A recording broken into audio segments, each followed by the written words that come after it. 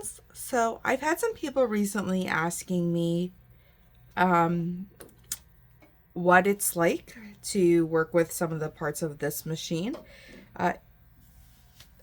To be quite honest, this is my second time recording this video because I said at the end of the last video to be careful because you can lose the spring, and lo and behold, spring popped off. So I did have to do a little fishing in my machine. I've gotten really good at it, so I can find them pretty easily.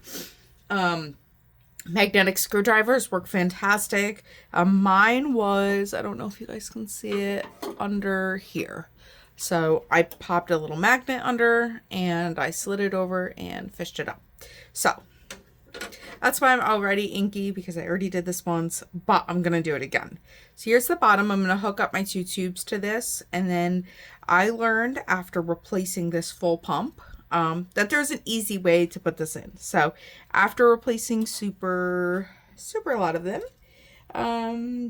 there is an easier way to do this. So I am now going to do that. When you're putting these tubes on, it's important not to pull too hard, because if you pull too hard, you will break the tubes. And then you will be replacing your whole pump. So then I'm going to slide my 2 prongs on this side, which do break very easily. So be careful. And then I'm going to slide it to, oh, and see, I got stuck in my spring here, so I gotta readjust. Put my spring back the way it goes. And it does go one certain way. It cannot move another way. Otherwise your head or your print pad will not move up and down. So I put my 2 clips in, and then there's a little drop slide in there so that this goes in easily. So what happens is the print head will come over and it'll move this up and down so it can easily dump the excess ink that it's using and go to the next one. I'm going to show you how tiny this spring is, because I did it on the last video too. Very, very tiny. Like, there's my fingertip. Like, here's a screwdriver. Like, very small.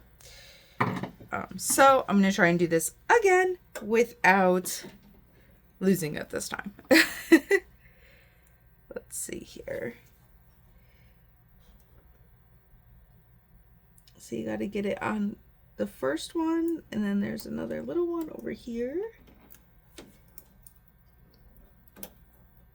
So what I usually try to do is get one side on and hold it with my finger, and then switch to a different tool. Like you can see, you saw I started with tweezers.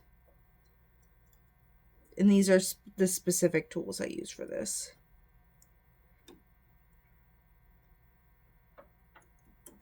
Okay, so, and I'll do a close-up of that as well, so you guys can see where that spring goes on. It's like 2 little slide hooks. There's my, and what I was talking about in my print, you'll see mine still looks a bit dirty, and that's because I reuse mine. I learned how to clean them, because you are replacing these, or you should be replacing them frequently. So if you're not doing that, you're going to damage your printer, and you're not going to have the same level of prints that you need to have. So then, as you can see, that moves up. And then this, absolutely disgusting. I did a ton of prints yesterday, which is why it looks as bad as it currently does. So I'm just gonna take this and get off some of the wet stuff. And you'll start to see that there's gunk coming up. Now this gunk will cause your prints to start to fail. It's what we'll call streaking and damages. So you always want to get all this gunk up. Fun fact, the first time we did this, I thought it was a seal, and so did my husband. He's like, no, don't pull that off. So I left it, and my print started getting streaky. And I was like, wait, why is this happening? So then, you know, I watched a million videos, and I found out that it should not be that way. So I started really researching on how to best do this. And it told me I have to clean all those seals off because it happens on the print head as well. So you just get that done and clean it. Now most people only use these cute little cloths, like they're like glasses cloths, for cleaning the bottom of their actual print head. I find them to be fantastic for also cleaning this off. So I always put some cleaning solution on there. Not glasses cleaning, it's special solution for the print head. And as you can see, there's some more gunk I'm going to get up. If I sound like a chipmunk, it's because I fast forwarded.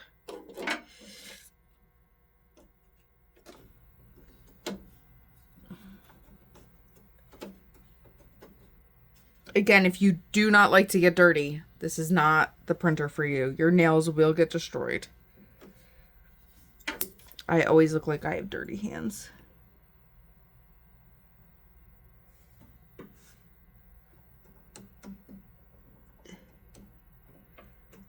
And it's funny, most people say, oh, this is why I just buy my prints, because I don't want to do that maintenance. That's great. I, here at Little Dragon Teas and Things, I print on demand. So you could walk into my shop with a picture of your business logo and you're going to leave with that as well. As long as I'm not swamped and working on 100 orders. Some people have had to place the order, or if I don't have the stock in your equipment, or not equipment, excuse me, I apologize, if I don't have the stock in your size. So I'm going to just finish cleaning this up. Clean up my sides as well.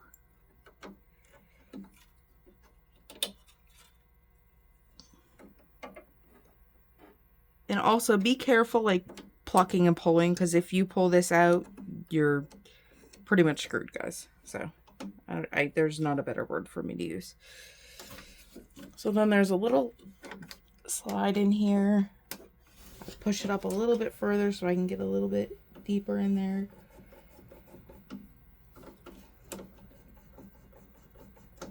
This video is going to be very long and I apologize.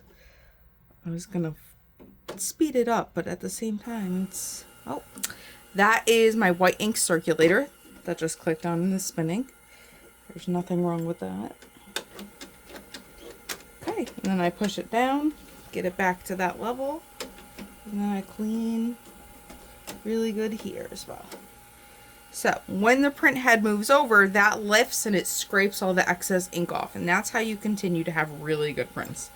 And if you do not do this and you do not want to do this maintenance, then again, this is not the printer for you. This is all like different ink that I just pulled off just from this. And I just cleaned this 3 days ago, when I was, maybe 4 days ago when I was here. So this is the specific one I love. This, I get this on Amazon. I can't remember the brand of it right now, but I can post it. It's the most fantastic one. It gives your print head a lot more life to it. So of course that's stuck. So then what I do is I put a few drops of this in just to wet this pad, because you should have it somewhat moist. I found that that works best. And then I'm gonna pull through my drain tube. So this is the tube that all the ink sucks through, and it gets dumped into a bottle back here. Let me see if I can reach it without knocking over my phone. Yes, skill. So this is my drain bottle. I do have to empty this about once a week. It depends on how often I'm printing. You should be realistically using your printer every day. As you can see, like, there's not too much for me to suck up. Everything's working good though. So I'm going to add a little bit more of a different cleaning solution that won't bubble as much. It has less of like that oily feel to it. To me, this reminds me of Windex. Okay. Okay, good. So it's giving me bubbles, which is good. I know you guys wouldn't think that's good, but I promise.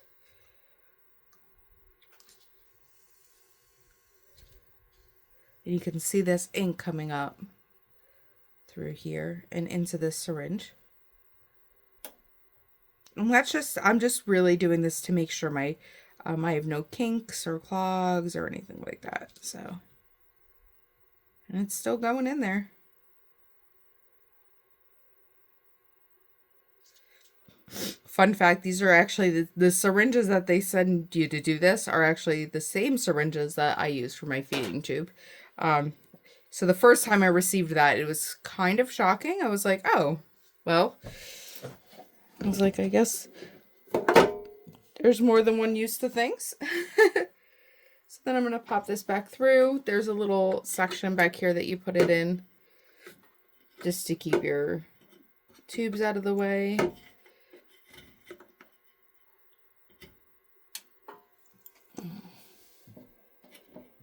So you feed your tube in, and then you put it back in one of the holes of that cap. You don't want to block both holes because you need the airflow, because it creates a really good seal. And then I always pull this nice and tight, but not too tight, obviously, because there's a lot of cords in here that will mess up. But I want to try and give it like the best aspect to do it. Then I'm going to move my print head back over. Actually, I'm going to move my print head over here. You guys won't be able to see this part. But I'm just going to give that a good wiping too real quick. So there's actually, I should be able to. There's a section over here that if you have nice little hands, you should be able to get them under and wipe everything. So that is what I do. I wipe everything, and then I go like this, and I slide it over with some fabric. And just keep it moving, just to try and clean the sides here, because it's important to keep this as absolutely clean as possible. If there's any gunk or anything like that on there, it's gonna mess up your print.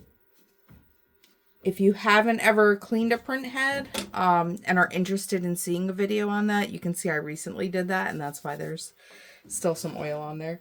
I'd be happy to do a video on that as well. Just let me know. And I'm going to let it do its thing, and it should auto lock it in. I'm going to push this lever down to make it easier.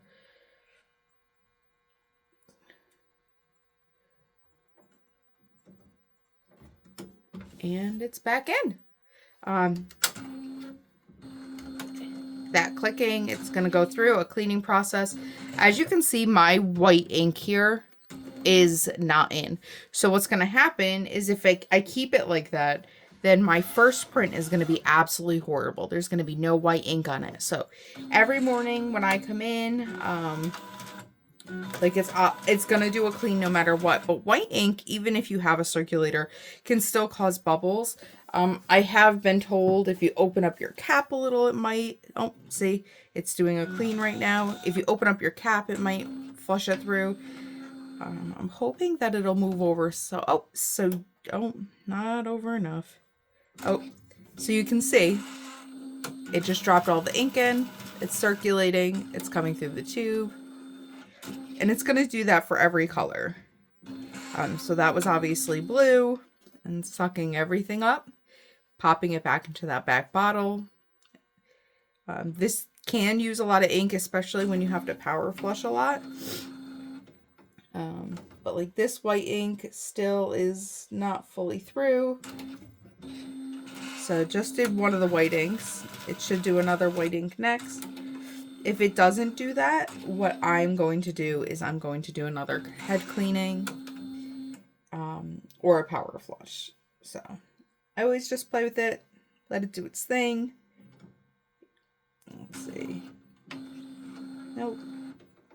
Okay, so that white ink is a little bit clogged. So what that just pulled from is just the damper.